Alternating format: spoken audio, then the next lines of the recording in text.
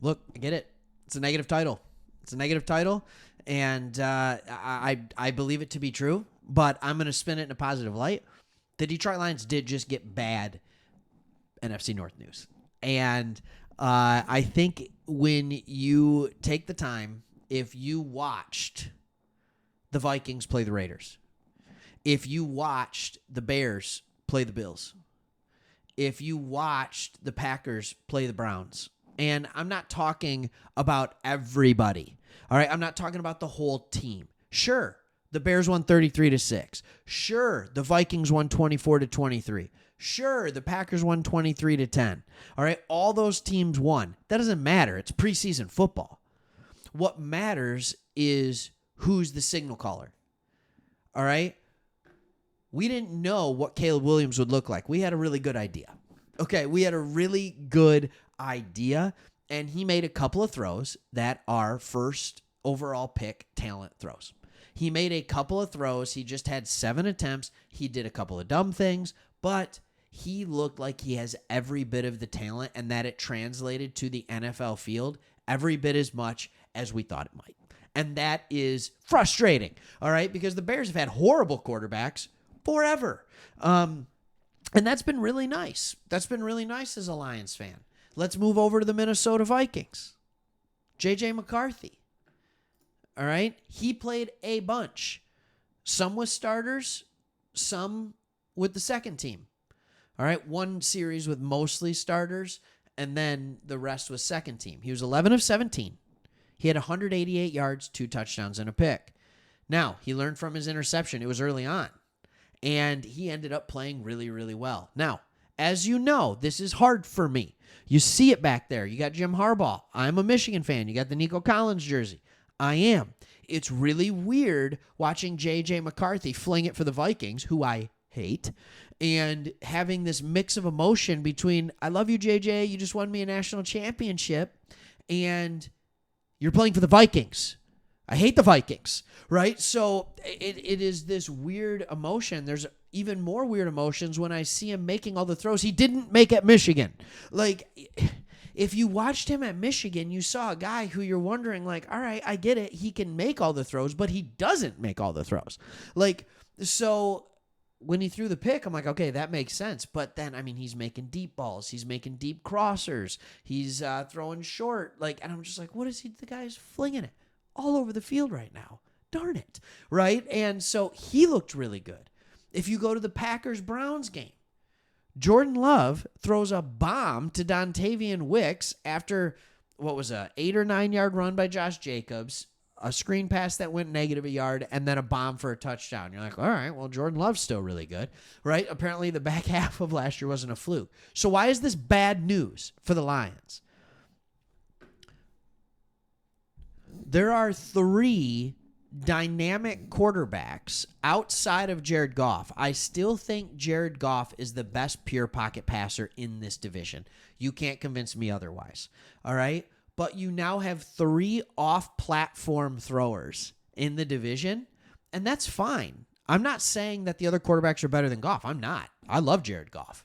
All right, I really do, and I think he fully deserved that contract that he just got, and I'm excited to see what he continues to do with the Lions. We also have the best offensive line in the division by far. But here's the things that you have to look at. You have 3 other quarterbacks in the division. All are going to be good, seemingly. 2 of them are on rookie contracts. I don't even know if J.J. McCarthy starts this year. The Vikings' defense is not good.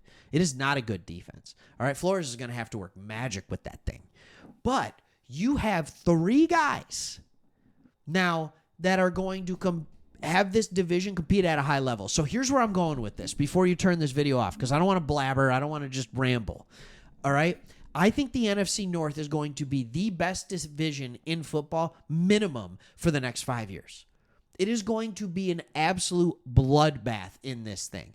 I think you can look, and in 20 years' time, they're going to be making a 30 for 30 about the NFC North from 2020 to 2030. Like, it is going to be one of those things, as, you know, the Lions take the mantle, and then in 2023, and then until 2030, it was just absolute bloodbath because you had 4 very good quarterbacks, 4 well-run organizations. All right, the Vikings have always been a well-run organization. The Packers have always been a well-run organization. The Bears seem to have competency in the GM spot. They really do. And we all know that the Detroit Lions, since Brad Holmes and Dan Campbell came to town, have been a well-run organization. So you're going to have these 4 teams that are just jockeying for playoff positions. You're going to have, it's not out of conceivability to me that 4 of the 5 best teams in the NFC could come from the North in the next 3-4 years. All right, I'm not saying this year. Calm down. I don't think the Bears are there this year. I don't think the Vikings are there this year, even though the Bears are going to be good. All right, I really do believe they're at least a 500 team. But the talent level is undeniable. Let's pull it back a little bit more. So the Vikings, all right, if J.J. McCarthy is competent, which he's already shown to be in one preseason game, he has Justin Jefferson. He has Addison. He's still got Hawkinson, right? He has Darisaw. He has a good offensive line. All right, he has all the pieces that he needs in order to make this a good offense for years to come. Justin Jefferson, that's all I have to say. With the Bears, all right, behind the Texans, and I'm going to still say the Lions, all right, you can make an argument that the Bears have a top 3 receiving core. That's assuming Rome Odunze is going to be really good. But even if he's not this year, they still have Keenan Allen. They still have DJ Moore.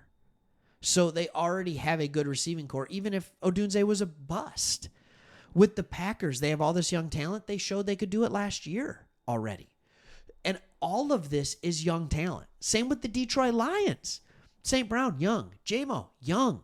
Laporta, young. Gibbs, young. Offensive line, best in the league.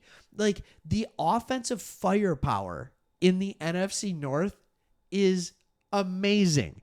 It is truly, truly remarkable. So, is it bad news for the Lions because everybody in their division is good when the Lions are finally good? Yeah. But also, man, is this going to be fun. It's going to be fun to watch this. This is my weird comparison for the NFC North over the next 5 to 10 years is what the SEC has been in college football. It's every week you're getting it's murderer's row. Like, no matter who you're playing, every year, the Vikings, the Bears, the Lions, and the Packers are going to have 6 games that are going to be tough as can be. And it's those 6 division games. Now, here's the good part to it. All right, there's going to be a year where the Vikings are a really good team, but they finish 4th in the division because the other 3 were just awesome. And then they're going to get that 4th place schedule. There's going to be a year in the next 5 years where the Lions have a great team, but they finish 3rd in the division. And then they get the 3rd place schedule. There's even a chance, you ready for this one, where the Lions finish 3rd in the division one year, they make the playoffs at 10-7, and get a 3rd place schedule the next year. Like, there is going to be so much stuff. I can't wait to fast forward 5 to 10 years and see what unfolded in the NFC North. It's just going to be an absolute bloodbath. It's going to be fun. And my only hope is that they don't beat the crap out of each other so much so that come playoff times, there's a bunch of injuries and stuff like that. I think it's just going to be a fun division. The North has never been traditionally offense heavy. Just hasn't. Right? The Packers, sure. But, it's been Bears, got to have a good defense. Vikings, they've had great defenses in the past with competent quarterback play. All right? And yes, they had some years with Randy Moss where the offense was insane. Right? But, and then you have our Lions. It's never been offense heavy, all 4 teams.